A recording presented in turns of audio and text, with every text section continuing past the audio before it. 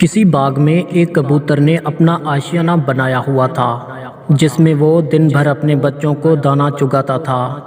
بچوں کے بال اور پر نکل رہے تھے۔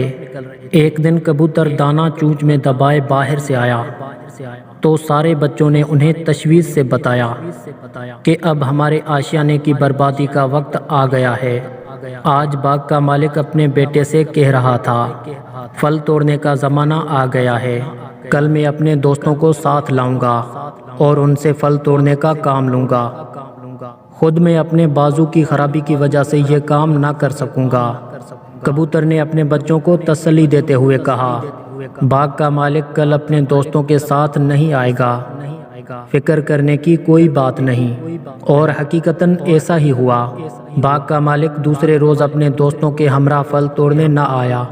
کئی روز بعد باغ کا مالک بیٹے کے ساتھ باغ میں آیا اور کہنے لگا، میں اس دن پھل توڑنے نہ آ سکا کیونکہ میرے دوست وعدے کے باوجود نہ آئے، لیکن میرے دوبارہ کہنے پر انہوں نے پکا وعدہ کیا ہے کہ کل وہ ضرور آئیں گے اور پھل توڑنے باغ میں جائیں گے۔